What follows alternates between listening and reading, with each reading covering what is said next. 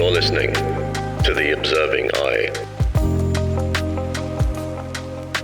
Pirate radio for the mind.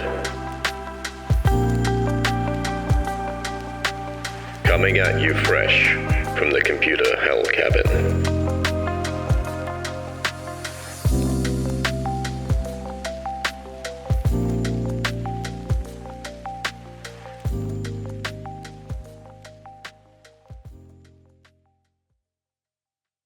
Hello, you beautiful lot. It's Sunday, the 10th of November, 2024, and you're listening to episode 90 of The Observing Eye, coming at you live from the computer hell cabin.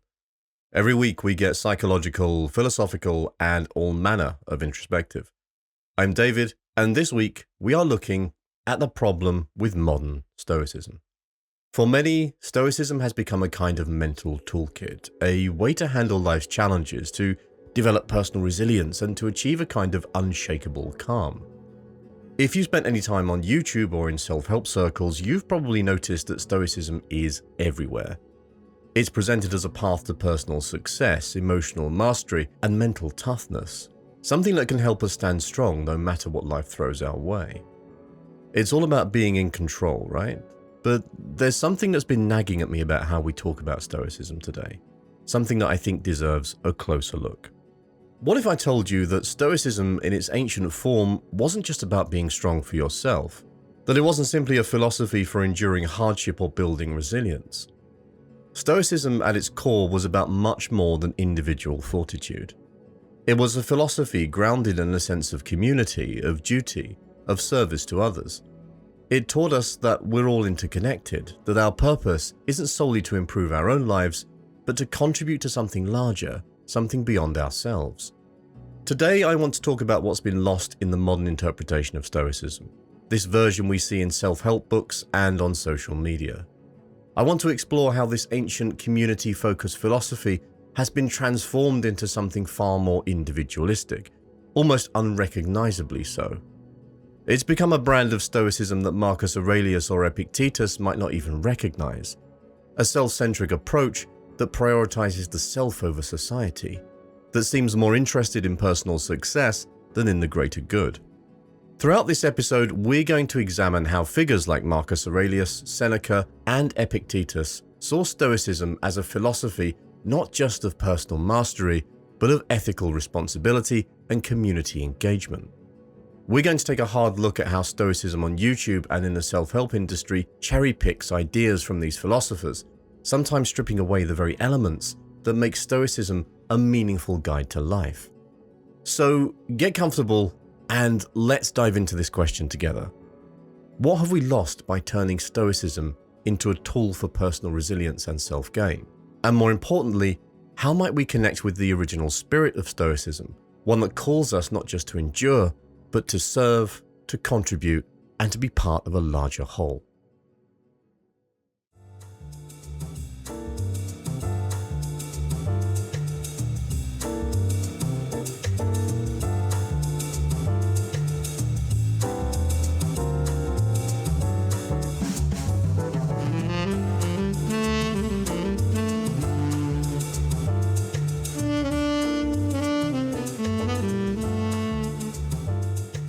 Stoicism was founded in the 3rd century BCE by a man named Zeno of Citium.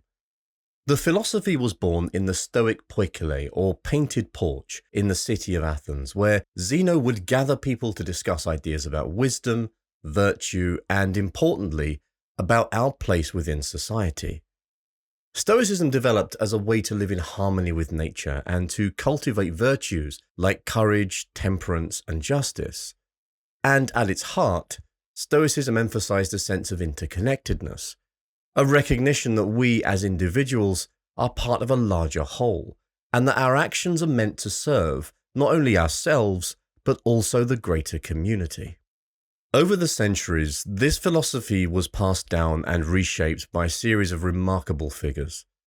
Epictetus, a former slave who taught in Rome, Seneca, a statesman and advisor who lived at the height of the Roman Empire, and perhaps most famously, Marcus Aurelius, a Roman emperor who found solace and strength in Stoic principles even as he navigated wars, political strife, and personal loss. Now, what's fascinating about Stoicism in its original context is that it wasn't just a tool for personal resilience. It was in many ways a philosophy for leaders, for people responsible for others, and for those in positions of influence. In Roman times, Stoicism wasn't something to just read about in isolation and use to feel better about yourself. It was a way to live with virtue, to bring about justice, and to make the world around you a little bit better. In short, it was a philosophy that encouraged individuals to develop inner strength, not only for their own sake, but for the well-being of their community. But here's the thing. If we fast forward to today, Stoicism looks quite different, especially in popular self-help circles and online platforms like YouTube. The Stoicism we see today is often presented as a series of mental exercises to build personal resilience and emotional stability. And while those aspects are certainly part of Stoicism, they're only part of the picture. What's often missing is this fundamental sense of duty to the world around us. Today's Stoicism is frequently marketed as a way to become unbreakable, to toughen up against the stresses of modern life. It's about building a kind of mental armor, a shield against anxiety, doubt, and hardship. But the question we have to ask ourselves is, at what cost? In its transition from ancient wisdom to modern self-help, Stoicism has lost some of its most essential elements. It's become in many ways a tool of self-focus rather than selflessness. Where the ancient Stoics might have asked, how can I serve my community? Modern Stoicism often asks, how can I succeed? Or how can I become more resilient? The emphasis has shifted from collective responsibility to personal mastery, from duty to self-reliance. So in this episode, I want to explore this evolution, or perhaps we should call it a dilution, of Stoicism.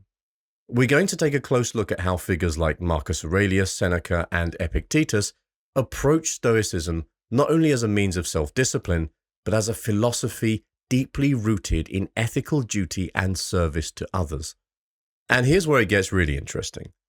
On platforms like YouTube, where Stoicism has been simplified, even rebranded as a life hack for mental toughness, we often see cherry-picked ideas that support a very different version of Stoicism.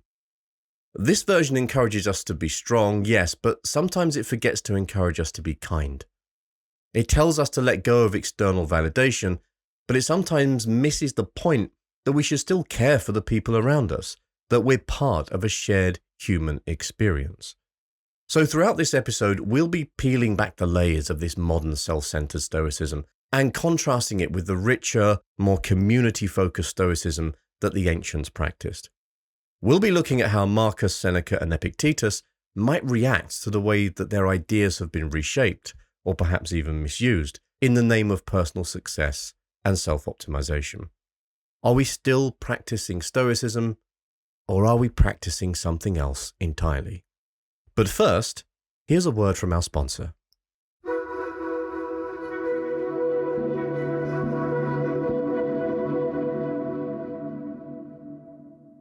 This episode is sponsored by Athletic Greens. No, it's not at all, actually. It's sponsored by me and my book, which is out on Amazon, and you can purchase it as a paperback or on the Kindle, and it sits very much alongside this podcast. So if you're interested in philosophy and psychology and ways that these ideas can be applied to our lives in general, then the book is a really great place to get some theory and some practical applications of it.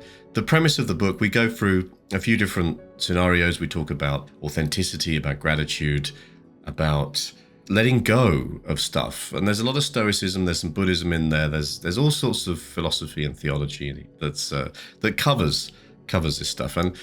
And the end point of it is for you to be able to reflect upon yourself and whether you are living according to how you would want to live organically, or whether you've adopted all of these frameworks and ideas that come from the external. God knows there's enough of those that hit us every day. So if you're interested in the podcast, if you're interested in that sort of thing, some philosophy, some psychology, and some actual uses of them in day-to-day living, then go and buy my book on Amazon. You have to just search The Observing Eye, or I will put a link in the show notes for you to go and have a look at that as well. And I'm hoping that you will find it useful. So yeah, go buy my book. Subliminal messaging buy my book, you will buy it. Yeah, but just, see what you think. Or don't. It's entirely up to you. There's no pressure. I have no expectation here. It is out into the world and I have let go of it. So it is just there. It exists. And you may enjoy it if you so choose. Thank you for your time. And we now return to the transmission.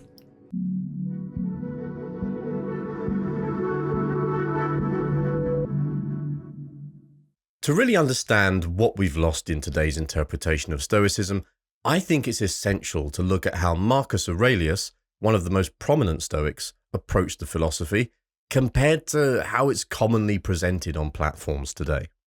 Marcus Aurelius, as I'm sure many of you know, was not just a philosopher, but also an emperor, arguably one of the most powerful men in the world during his time. And yet, despite his immense power, he saw himself as part of a much larger whole. In his personal writings, known as the Meditations, we see a man deeply committed to the idea of service, humility, and ethical duty. For Marcus, Stoicism wasn't about becoming invincible or achieving personal success. It was about being a good person, about living in accordance with nature and fulfilling one's responsibilities to society, family, and humanity as a whole. Now, let's contrast that with how Stoicism is often framed in the world of modern self-help. Today, Stoicism is frequently marketed as a kind of mental shield, a way to toughen up, to detach from emotions, and to overcome obstacles. There's a heavy emphasis on concepts like unshakable mental resilience and emotional fortitude, which are certainly elements of Stoic practice, but they only scratch the surface. These videos and guides encourage us to practice Stoicism as a means to achieve personal success, to win at life by becoming mentally impenetrable. But Marcus Aurelius wasn't trying to win at life. He was trying to serve a higher purpose. Let's dig into some of the ideas that we might see on YouTube, for example. Many popular Stoic videos advise people to ignore what others think or to become immune to external validation. While these ideas come from Stoic principles, they've often been simplified and decontextualized. Marcus Aurelius did encourage us to focus less on others' opinions, but not to become indifferent or isolated from others. Instead, he saw this as a way to free ourselves from vanity, from pride, and to focus on how we could be of service. He didn't seek freedom from others' opinions to boost his ego or achieve personal success. He saw it as a way to humble himself, to remember his duty, and to remain committed to a life of virtue. In fact, one of Marcus Aurelius' central ideas in the Meditations is that we are all part of a larger community, one body, he often called it. He wrote, "What brings no benefit to the hive brings none to the bee." For Marcus, Stoicism was about recognizing that the individual is inseparable from the collective. His reflections remind us that true strength comes not from shutting out the world or achieving some kind of emotional fortress, but from engaging with the world in a way that is compassionate, humble, and deeply ethical. But think about how this idea has been altered in the world of YouTube Stoicism. The language has shifted toward personal resilience for its own sake, with less emphasis on duty, humility, or community. Today, Stoicism is often used as a guide to maximize personal control, often for individual achievement and self-mastery alone. It's become about harnessing power over our emotions so we can achieve personal goals, so we can stand unbothered, unaffected, and often untouched by others. It's a philosophy that now, in many cases, seems to push us toward emotional independence in a way that could even isolate us from others, rather than connecting us to them. Now, don't get me wrong, of course, personal resilience is valuable, and Stoicism certainly does teach us how to endure hardships. But for Marcus Aurelius, resilience wasn't just about becoming stronger. It was about becoming better, kinder, more helpful to others. It was about serving his role with integrity, especially when the world around him was falling apart. Remember, he was writing his meditation in the middle of wars, during political strife, and even as he dealt with personal loss and illness. And yet his primary concern wasn't just how can I get through this, but rather how can I fulfill my duties even when life is difficult. So if Marcus Aurelius were to look at some of these Stoicism videos on YouTube, he might be surprised to see how his teachings have been transformed. He might see that some of the principles are there, the advice to manage emotions, to be resilient, to focus on what's within our control. But he would also see that the broader context has often been lost. The call to humility, the commitment to service, and the deep sense of interconnectedness with others have, in many cases, been stripped away. And I think that's an important question for us to ask ourselves. What happens when we take these teachings out of context? When we use Stoicism solely as a tool for personal gain? Because while Stoicism can certainly help us build resilience, it also asks us to go further. It asks us to be humble, to remember that we are part of something greater, and that true strength lies not in isolation but in engagement. As we move forward in this episode, I'd like you to keep this aspect in mind. That Stoicism at its core was never meant to be an individualistic philosophy. Marcus Aurelius didn't see himself as a fortress, impenetrable and separate from the world. He saw himself as a single thread in a vast tapestry, where each thread has a duty to support the whole.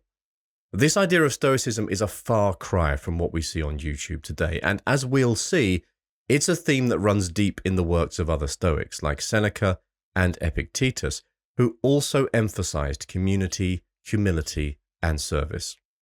So let's move on and take a closer look at Seneca, another Stoic whose teachings have often been misunderstood or oversimplified. How has Seneca's wisdom been reshaped in today's Stoic self-help movement? And what essential elements of his philosophy have been left behind?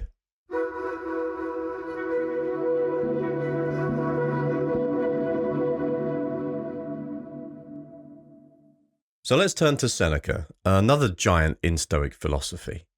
While Marcus Aurelius gives us a model of Stoicism in leadership and service, Seneca offers a Stoicism deeply rooted in ethical considerations about wealth, power, and generosity.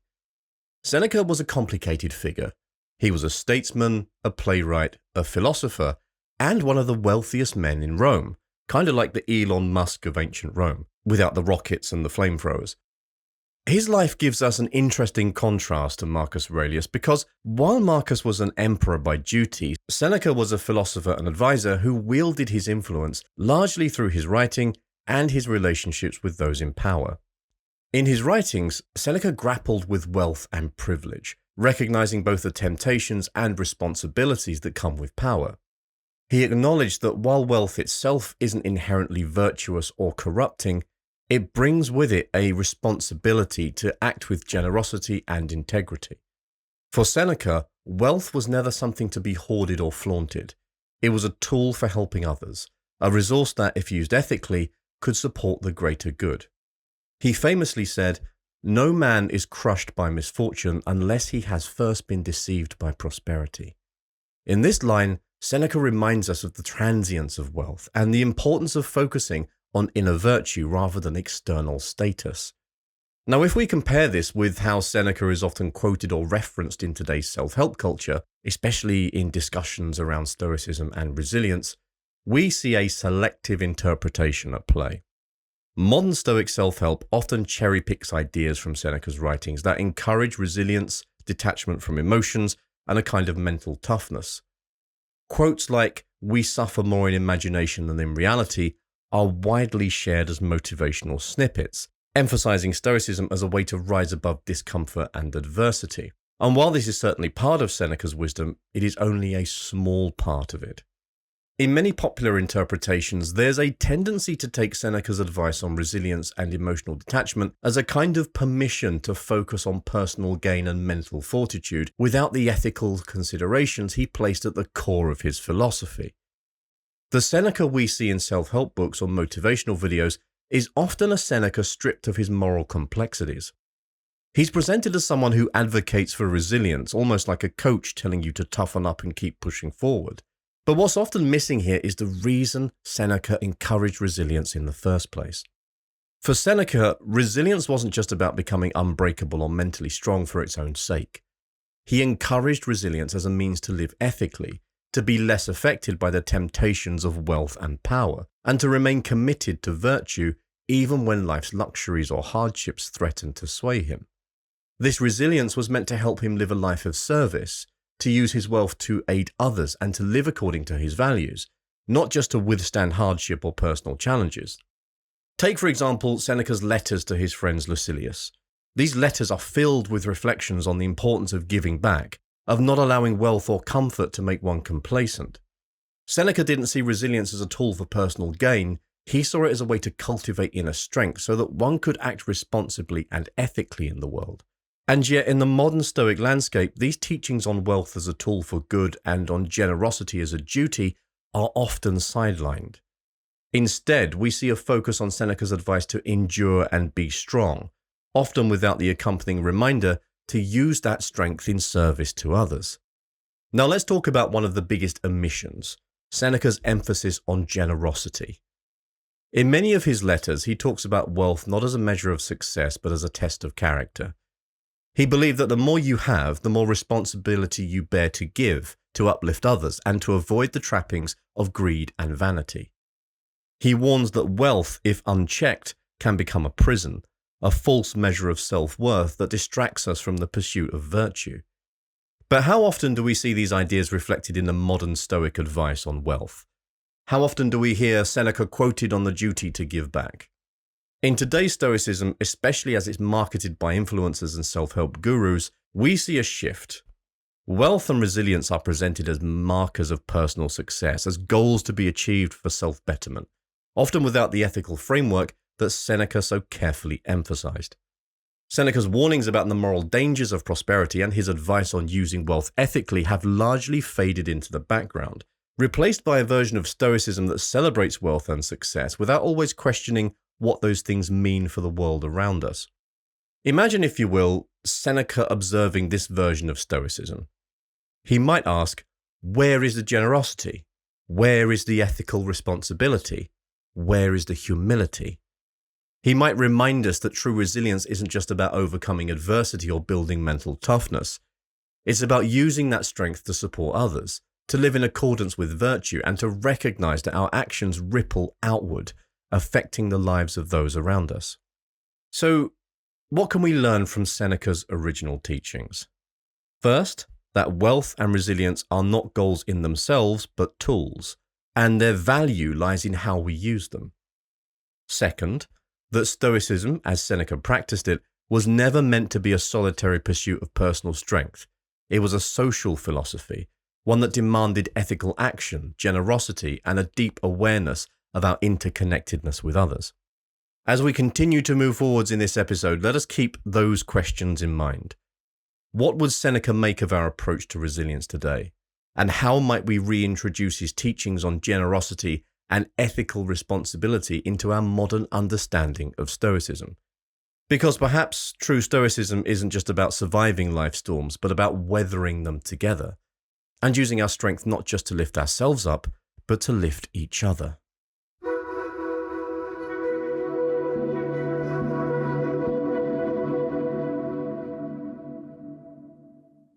So, we've looked at Marcus Aurelius and his sense of duty to others, and we've seen how Seneca emphasized wealth as a tool for generosity rather than self-gain.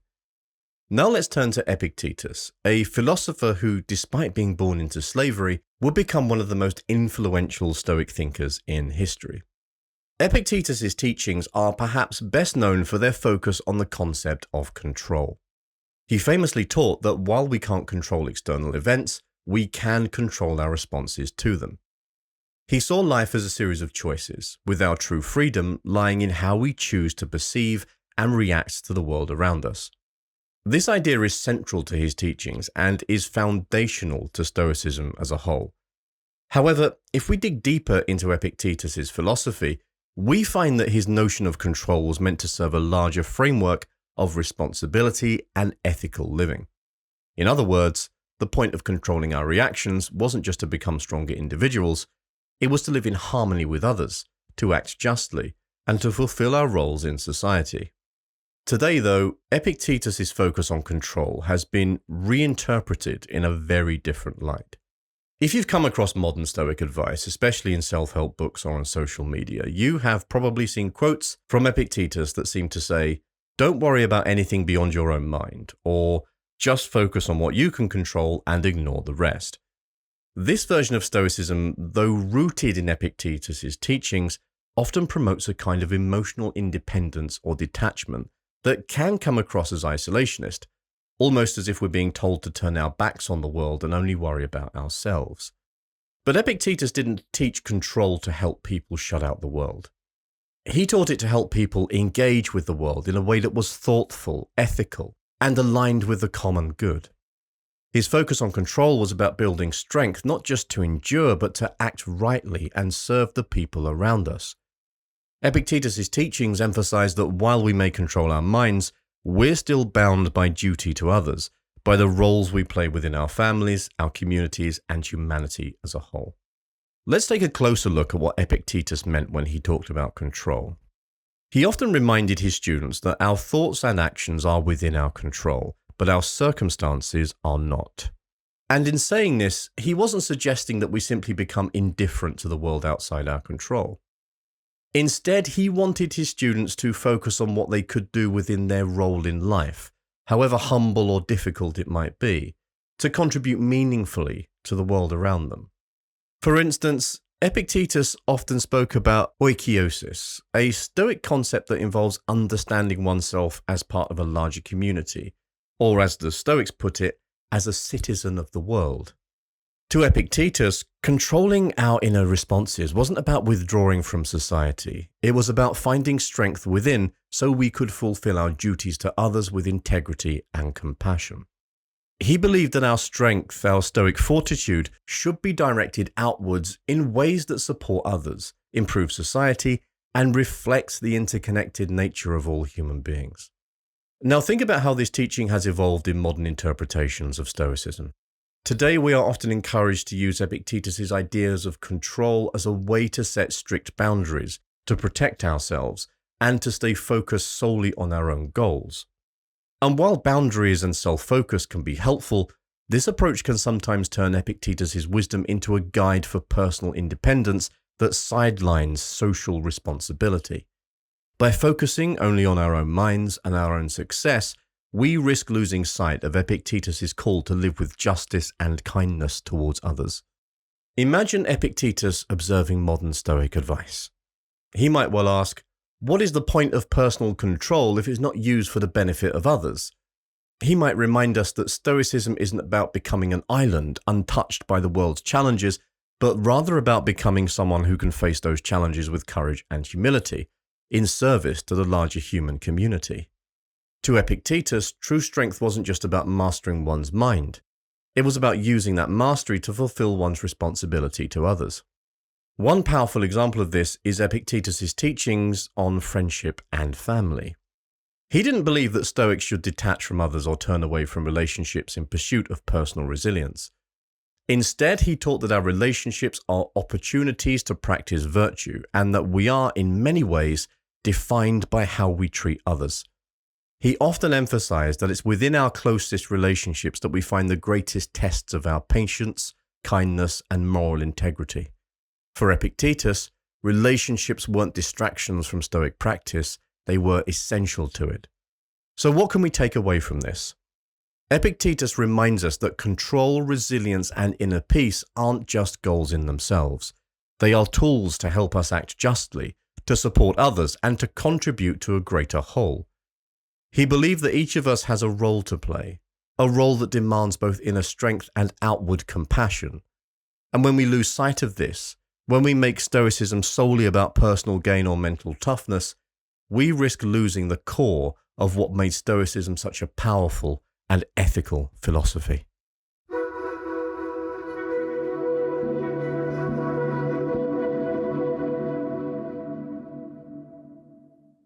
As we've discussed so far, Stoicism, as it was practiced by the ancients, was far from an isolated or self-focused philosophy. For Marcus Aurelius, Seneca, and Epictetus, Stoicism wasn't just about individual resilience or personal success. It was about connecting with something larger than oneself, serving a greater good, and living in a way that uplifted not only the individual, but the entire community.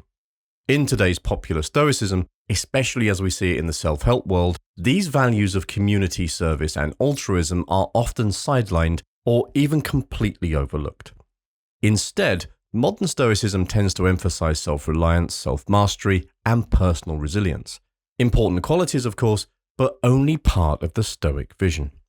In its ancient form, Stoicism taught that true strength is rooted in compassion, and that our well-being is inherently tied to the well-being of others. Let's take a closer look at what has been lost in the translation from ancient Stoicism to this modern, individualistic interpretation. One of the central ideas in Stoic philosophy is something called sympathia, a concept that might be translated as cosmic interconnectedness or shared unity. For the Stoics, the world wasn't a collection of isolated individuals. It was a single, interconnected whole. Each person was seen as a part of a larger body of humanity, and just as each limb or organ has a role to play in a healthy body, each person has a role within the larger community. This idea runs through the works of all the major Stoics. Marcus Aurelius, for instance, often wrote in his meditations about how every individual is a thread in the fabric of the human community. He emphasized that what benefits the collective benefits the individual, and what harms one ultimately harms all. Imagine that idea for a moment. Stoicism as a philosophy where your actions are measured not just by how they benefit you, but by how they contribute to the collective well-being. This is a far cry from the self-reliance model that's often promoted in today's Stoic self-help literature, where the focus is on personal gain, self-improvement, and mental toughness for one's own benefit. What we miss in this interpretation is the understanding that Stoicism was in many ways a communal philosophy. It was about strengthening oneself in order to be a pillar for others, to play a meaningful role within the cosmic city that the Stoics believed we all inhabit. Let's look at some examples of how this manifests in the teachings of the ancient Stoics.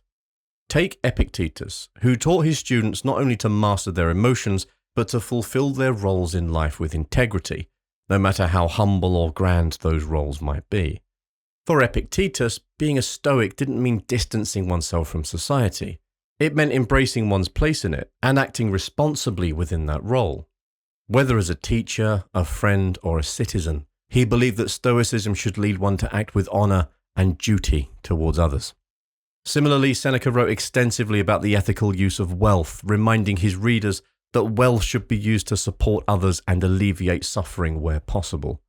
He believed that being Stoic meant cultivating a generous spirit, one that recognized the privilege of helping others as an essential part of a virtuous life. This notion of generosity, of using one's strengths and resources to serve others, is often absent in modern discussions of Stoicism, which tend to focus more on wealth as a means of self-empowerment or independence, rather than as a responsibility to give back. And then, of course, there's Marcus Aurelius, who, even as emperor, constantly reminded himself in his meditations to act not for glory or personal gain, but for the welfare of others. His reflections show a deep humility and a commitment to his role as a servant to his people. He saw himself as a part of a much larger order, writing that one should love the art in themselves, not themselves in the art. A reminder that his purpose was not to seek fame or power, but to contribute meaningfully to the world around him. Now, if we were to apply these ideas to modern life, what would it look like? For one, it would shift our focus away from a solely self-improvement-based Stoicism towards a Stoicism of service. Rather than building mental resilience just to survive life's challenges, we'd build it so that we can support others through theirs. Rather than seeking success and stability purely for personal peace of mind, we'd see those things as resources we can share with others, as tools that empower us to be more generous, more engaged, and more available for the needs of our communities. So what happens when we take these ideas of community and service out of Stoicism? I'd argue that we lose something vital. Without the Stoic values of interconnectedness and altruism, Stoicism becomes a self-centered philosophy. It loses its moral dimension, the call to act not only for our own good, but for the good of those around us. It becomes, as we've seen, a philosophy of individual toughness that risks isolating us rather than connecting us, that risks making us inwardly focused rather than outwardly compassionate. This is why I think it's important to bring these lost values of Stoicism back into the picture. True Stoic resilience isn't about becoming hardened or indifferent. It's about being resilient so that we can be kind, so that we can endure challenges with the strength to help others endure theirs. It's about using our strength to lift each other up, to create a society where everyone has the support they need to flourish. So as we reflect on these lost Stoic values of community, service, and altruism, let's ask ourselves, how can we bring these values back into our own lives? How might we use Stoicism not just to survive life's storms ourselves, but to help shelter others through theirs? Because that's where the real power of Stoicism lies. Not in building walls to protect ourselves, but in building bridges that bring us together.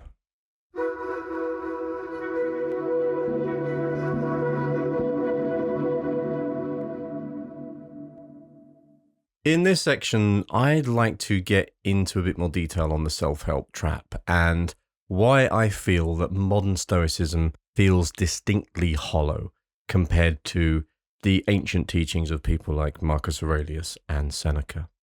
Now, we've touched on some of this already, but I just want to dive into it a little bit deeper just to get a bit more meat on the bones of this topic, really. And I want to start by examining how Stoicism is marketed today. So if you search for Stoicism in the self-help world or on social media, you are going to find countless articles, books, including my own, and videos, just so shameless plug there, and videos promising to teach you how to be unbreakable, invulnerable, or untouchable by life's challenges. The message is very clear.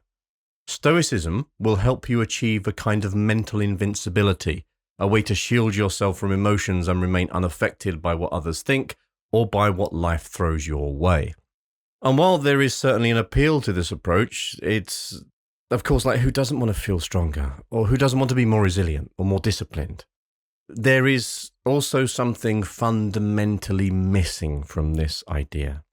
When we treat Stoicism purely as a tool for self-mastery, we risk losing its moral and communal dimensions, as we talked about previously. Stoicism becomes something we use to isolate ourselves rather than to connect with others. Instead of a philosophy that asks us to take responsibility for the people around us, it becomes a philosophy that tells us to focus only on ourselves. This kind of Stoicism, and I would argue that you can't really call that Stoicism at all, might teach us how to endure hardship, but it doesn't necessarily teach us how to be kind or compassionate or engaged with the world. It might make us tougher, but does it make us better? Take, for example, the modern Stoic mantra of focusing only on what you can control. This is one of the core principles of Stoicism, originally intended to help people avoid unnecessary worry and distraction so they could dedicate themselves to what truly matters. But in today's self-help context, this principle is often taken to an extreme, as if Stoicism is telling us to ignore everything outside ourselves, to detach from other people's problems, and to view anything beyond our own goals as a distraction. But the original Stoics never intended for this idea to isolate us from others. They wanted us to focus on what we can control so we could engage more effectively, so that we could act with integrity and humility, especially in our relationships with others. In this self-help version of Stoicism, we see advice like don't care what others think, or detach from others' opinions. While there's some value in not being overly influenced by others' opinions, this advice can become a double-edged sword. It can create a mindset where we see other people's views or needs as unimportant, where we become more invested in our own self-perception than in how we actually treat those around us. This self-centered interpretation is very different from what Marcus Aurelius or Epictetus envisioned. For them, ignoring others' opinions wasn't about shutting people out or becoming indifferent. It was about freeing oneself from vanity and pride, so they could serve the world with greater humility and compassion. Another aspect of this hollow Stoicism is the way that it treats resilience as a solitary achievement. In much of today's Stoic self-help content, resilience is framed as something you cultivate to become strong or unaffected. The idea is to stand firm in the face of adversity, to become emotionally impenetrable. But this vision of resilience is ultimately incomplete. Stoic resilience, as the ancients practiced it, wasn't about standing alone against the world. It was about developing inner strength so that one could be a source of stability and support for others. The goal wasn't to become immune to hardship, but to face it with a strength that serves not only oneself, but the community as a whole. Imagine for a moment if we applied this original Stoic view of resilience to modern life. Instead of seeing resilience as a wall we build around ourselves, we might see it as a foundation we stand on together, something that empowers us to face life's challenges collectively. This would mean that being resilient isn't just about protecting our own well-being, but about cultivating the kind of strength that helps others endure as well. It would mean that our personal resilience could become a gift to those around us, a way to help uplift others through our example, our compassion, and our presence. But in much of modern self-help Stoicism, there is little focus on this communal, interconnected resilience. Instead, Stoicism is presented as a way to become impervious, as if the ultimate goal is to become entirely self-reliant, needing no one and giving little back. This, I think, is why modern Stoicism can sometimes feel hollow.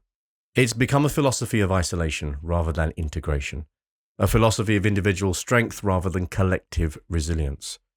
It promises strength, of course, but it often lacks warmth, empathy, and a sense of shared responsibility. So where does this leave us? How can we reclaim a Stoicism that feels fuller, richer, and more connected to its original values? I think the answer lies in revisiting the Stoics' ideas of community and altruism, and in remembering that Stoic resilience is only meaningful if it helps us contribute to the lives of others. Instead of using Stoicism to turn inward and shut out the world, we can use it to turn outward, to engage with the world from a place of inner strength. Imagine a Stoicism that teaches us to be not only resilient but also compassionate, to be pillars of support rather than solitary islands. This is the kind of Stoicism that could bring us true fulfillment, because it reminds us that we are part of something larger than ourselves.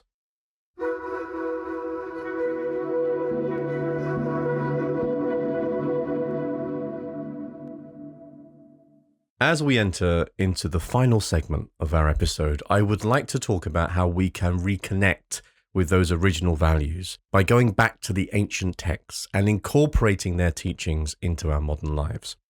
To start, let's think about what makes the ancient Stoic texts so powerful.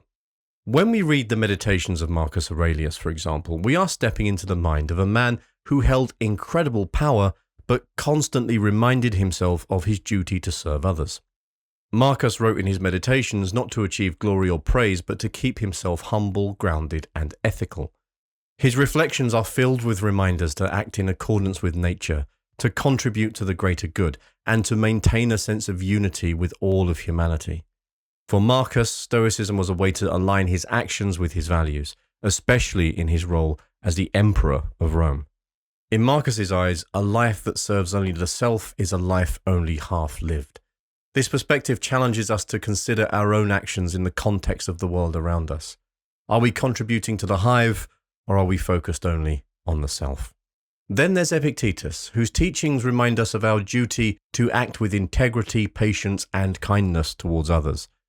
Epictetus taught his students that while we cannot control the world around us, we can control how we respond, and that this response should always align with ethical values. That is an important caveat at the end of that statement. He often spoke of our roles in life, reminding his students that each of us is given a role to fulfill, whether as a friend, a parent, a neighbor, or a citizen. And fulfilling those roles isn't just about doing what's expected, it's about doing it with virtue, with a sense of respect and compassion for those around us. In one of his more famous teachings, Epictetus says, "Remember, you are part of a larger whole. If you neglect your duty, then the whole suffers." This idea of duty is critical to Epictetus' version of Stoicism. His message isn't simply control your emotions or focus what's within your power. His message is that we have a responsibility to act in ways that support and uplift others. He reminds us that while we may have control over our actions, those actions should reflect our duty to the world that we are part of. And while he says this, remember that Epictetus was born into slavery before he became a philosopher, although I'm sure he was dabbling in philosophy and slavery. But he's coming from a place of suffering, because I'm sure the slaves weren't treated great in ancient Rome, as I'm sure they've not been treated great throughout the entirety of human history. So bear that in mind. Think about the context of where Epictetus' viewpoint comes from. This is a man who's been through a lot and comes out of it going, we need to be compassionate to others. And then there's Seneca, who often wrote about the role of wealth and privilege in ethical living. Seneca reminds us that wealth is not an end but a means, a tool that we can use to help others and make a positive impact. He believed that resilience and strength were not just for personal endurance but for supporting and sharing with others. In his letters, he writes, "No man is poor who can give." This sentiment challenges us to think of wealth and success not as things to hoard but as resources to share. Seneca's view of Stoicism wasn't about isolating oneself from others. It was about using one's strength, one's resources, to create a more just and compassionate world. So how can we reclaim this authentic Stoicism today? How can we put these ancient ideas into practice in a way that brings both resilience and compassion into our lives? I think the first step is simple. Go back to the original texts. Rather than relying solely on interpretations or summaries, try reading the works of Marcus, Epictetus, and Seneca yourself. When you read them, approach their words with an open mind, asking yourself not just how you can benefit from Stoicism, but how you can use it to contribute to the lives of those around you. And while reading is a great start, putting Stoicism into practice is where the real transformation happens. Here are a few ways to begin incorporating these ancient values of community and service into your own life. First, consider how you can be of service in your everyday roles. Think about your role as a friend, a family member, a neighbor, or a member of your community. How can you bring more compassion, patience, and understanding into these relationships? This doesn't have to be grand or heroic either. It could just mean being more present with those you care about, listening without judgment, or offering support when someone is going through a difficult time. Epictetus would argue that even small acts, when done with intention and virtue, have great value. Second, take a page from Seneca and consider how you can use your resources for the benefit of others. If you have time, knowledge, or financial means, think about how you might share these with your community. This could mean volunteering, mentoring, or simply being more generous in your interactions with others. Seneca believed that wealth, whether it's financial or otherwise, is only meaningful when it's shared, and by doing so, we live out the Stoic principle of justice. Finally, as Marcus Aurelius reminds us, let's focus on what benefits the collective, not just ourselves. Ask yourself, how can I act in ways that support the well-being of others? Whether it's in your work, your relationships, or even in how you engage with strangers, find opportunities to bring kindness, patience, and understanding into the world. The next time you're frustrated or feel the urge to react impulsively, remember Marcus's advice to act in accordance with nature, to act in a way that serves the whole. Reclaiming authentic Stoicism isn't about rejecting resilience or mental strength. It is about putting those qualities to work in ways that lift up others. By connecting back to these ancient texts, we can remember that Stoicism wasn't just a philosophy of self-mastery. It was a philosophy of compassion, justice, and community. It was about becoming resilient not just for our own sake, but so that we could be a steady presence for others. It was about learning to endure hardship so that we could be of greater service to those who need us. As we wrap up this episode, I'd like to leave you with a challenge. Take one lesson from the Stoics and apply it in a way that benefits not only you, but the people around you. Maybe it's showing patience in a difficult situation, or finding a small way to serve your community, or simply reading a passage from Marcus Aurelius or Seneca with a focus on how it can help you contribute to others. These small actions, rooted in Stoic principles, are what make Stoicism a living, breathing philosophy, one that connects us, strengthens us, and reminds us that we are all part of something greater.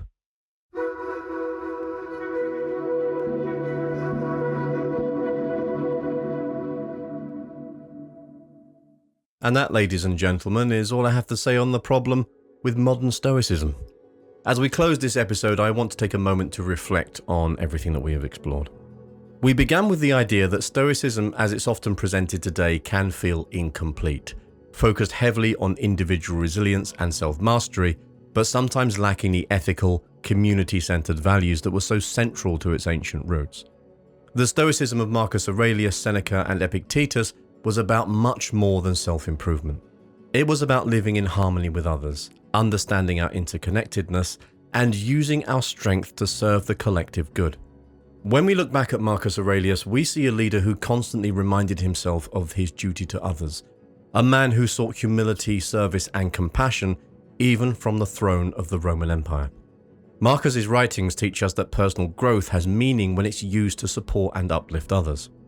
Epictetus, too, emphasized the importance of fulfilling our roles within the larger body of humanity, encouraging us to act with integrity, patience, and compassion. And Seneca, with his reflections on wealth and privilege, reminds us that resilience and success are empty without generosity and a commitment to justice. So where does that leave us? I think the takeaway here is that true Stoicism isn't just about being strong for ourselves. It's about being strong so that we can be there for each other. It's about using resilience, patience, and self-control not as walls to protect ourselves, but as bridges that connect us to others. Authentic Stoicism asks us to look beyond the self and see how we can use our strength to make the world a little kinder, a little more just, and a little more compassionate. As you reflect on this, I invite you to think about how Stoicism might play a role in your own life, not just as a personal tool, but as a way to serve those around you. How can you use your patience, your resilience, and your inner strength to support the people in your life, to bring a sense of calm and steadiness to your community? Maybe it's showing kindness in difficult conversations, giving generosity of your time or resources, or simply listening without judgment. These actions, small though they may seem, are the heart of Stoic practice. To close, I want to leave you with a final thought from Marcus Aurelius, one of my favorite reflections of his. He writes, "Waste no more time arguing about what a good man should be one." This, I think, sums up the essence of Stoicism. It's a call to action, a reminder that Stoicism isn't something we just read or think about. It's something we do. It's a philosophy to be lived, one act of kindness, one moment of patience, one choice at a time. Thank you for joining me on this journey back to the heart of Stoicism today. I hope this exploration has inspired you to look at Stoicism not just as a way to build personal resilience, but as a way to live with a deeper sense of purpose, connectedness, and service to others. And if you enjoyed this episode, please consider subscribing to the podcast, leaving us a review, or sharing it with others who might find it interesting. Your support helps us to continue to bring you this sort of content. And as always, if anything in this episode has resonated with you in any way, then I would love to hear from you. You can share your stories via Patreon at patreon.com/theobservingeye. We have a website, theobservingeye.com, and we're on social media. You can find us on YouTube at youtube.com/@theobservingeye alongside all the other self-help grifters, and on TikTok and Instagram with the handle @theobservingeye as well. You can also email us at david@theobservingeye.com. Take care, everybody. Much love, and I'll catch you soon. You've been listening to The Observing Eye. Thanks for spending some time with me today. I hope it's been useful. And if you're interested in any more of my writing or work around psychology, philosophy, and general day-to-day living, please go and take a look at my Substack, which is theobservingeye.com. And that's I as in the letter, not I as in the gelatinous organ through which you see. Take care, everybody. Much love, and I'll catch you soon.